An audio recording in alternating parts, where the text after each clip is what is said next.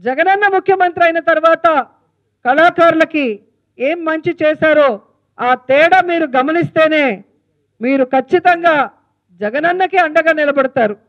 అంతేనా? సో అందుకే మిమ్మల్ని నేను కోరుకునేది ఒక్కటే, మనకి మంచి చేసిన వాళ్ళకి మనం మంచి చేయాలి. ఈరోజు జగన్మోహన్ రెడ్డి గారు ఈ రాష్ట్రంలో ఉన్న ప్రతి పేదవాడు, ఎస్సీ ఎస్టీ బీసీ మైనారిటీ, ముఖ్యంగా మహిళలు అందరికీ కూడా అన్ని రకాలుగా ఆర్థికంగా సపోర్ట్ ఇవ్వటమే కాకుండా రాజకీయంగా వాళ్ళని చైతన్యపరచడమే కాకుండా ఈరోజు అన్ని అవకాశాల్లో కూడా వారికి దాదాపుగా సింహభాగం ఇవ్వటం మనం గుర్తుంచుకోవాలి.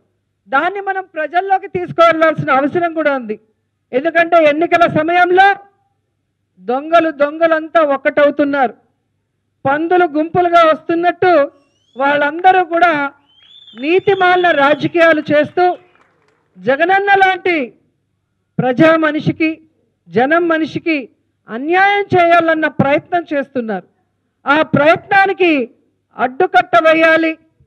ఆ దొంగలకి, ఆ పందులకి పటాపంచలు చేసి బుద్ధి చెప్పాలి అంటే మన ఉషక్క చెప్పినట్టు మీ మాట, మీ పాట, మీ ఆట ఒక తూటాలాగా వెళ్ళి ప్రజలకి అన్యాయం చేసే ఆ ప్రతిపక్షాలన్నింటినీ కూడా తునాతునకలు చేయాలని కూడా ఈ సందర్భంగా కోరుకుంటున్నాను.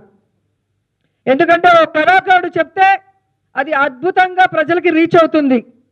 కళారూపం ఏదైనా సరే అది ప్రజల మనసుకు హత్తుకుంటుంది. స్పీచ్లు ఇచ్చినప్పుడు కొంతమంది స్పీచ్లు హత్తుకుంటాయేమో కానీ ఎక్కువ మంది మాట్లాడితే బయటకు వెళ్దామా అంటారు. అదే ఒక డాన్స్, ఒక పాట, ఒక డప్పో,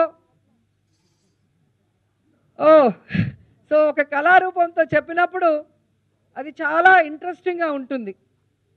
సో జగనన్న వెనుక, జగనన్న విజయం కోసం మా ఉషమ్మతో పాటు కళాకారులందరూ కూడా కథం తొక్కాలి. 2025 జగనన్న వన్స్ మోర్ అన్న విధంగా మనమందరం కూడా జగనన్న కోసం పనిచేసి ఈ రాష్ట్ర చరిత్రలో ఇచ్చిన వాగ్దానాల్లో 99% ఎలక్షన్స్ ముందే పూర్తి చేసిన ఘనత కలిగిన జగనన్నని మళ్ళీ ముఖ్యమంత్రిని చేసుకోవాల్సిన అవసరం కూడా ఉందని ఈ సందర్భంగా తెలియజేసుకుంటున్నాను.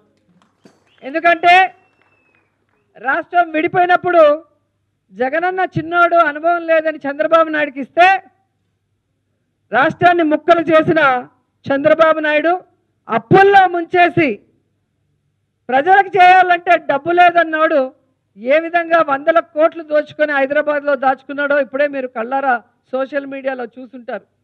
మళ్ళీ కనుక ఆ దొంగలు వస్తే జగనన్నకి అండగా ఉండాల్సిన రోజు స్టార్ట్ అయిందని కూడా ఈ సందర్భంగా తెలియజేసుకుంటున్నాను.